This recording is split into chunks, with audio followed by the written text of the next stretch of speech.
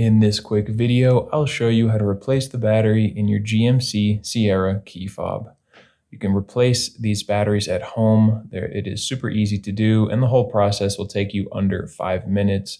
Now, you might have seen a couple different versions of this device in the thumbnail. There's a 3-button, 4, 5, and as you see here, 6-button version of this device. It's got the metal sides, GMC on the back. It doesn't matter which version you have.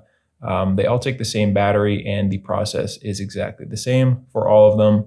So you can just follow along with this video regardless of how many buttons you have on the face of your key fob.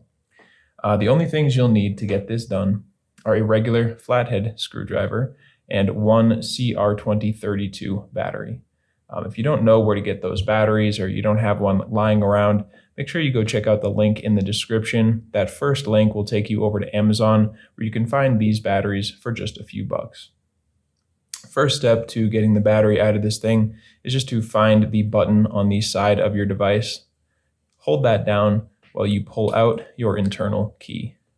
Now you can set the key down. For now, what we want to do is grab our flathead, and looking in, you can see the keyhole is right there.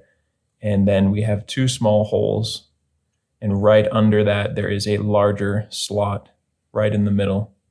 See right there, there's the 2 holes, and there is the slot. That middle slot is where you want to put your flathead screwdriver. Push it in, hold your device without squeezing on the back, because this is the part that will be coming off.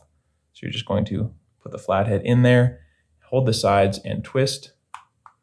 And this back will crack off for you, and once it's opening up a little bit, you can just pull the 2 halves of the device apart. And there we go, we have access to the battery. We're just going to use the same flathead screwdriver to pry the battery out. So just get the corner of your tool under there and just lift the battery out. It'll come right out for you. You can now dispose of your old battery. Take your new CR2032, and when you're putting it in there, you do want to make sure that the positive side is facing down. So you will just click that in,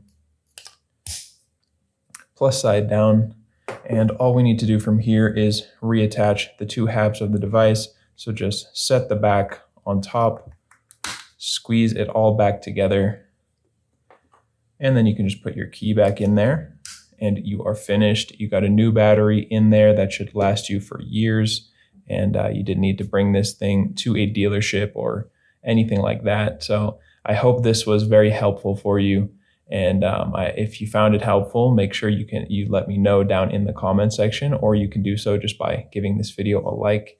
And if you ever need help with another one of your key fobs, you can come back here to this channel.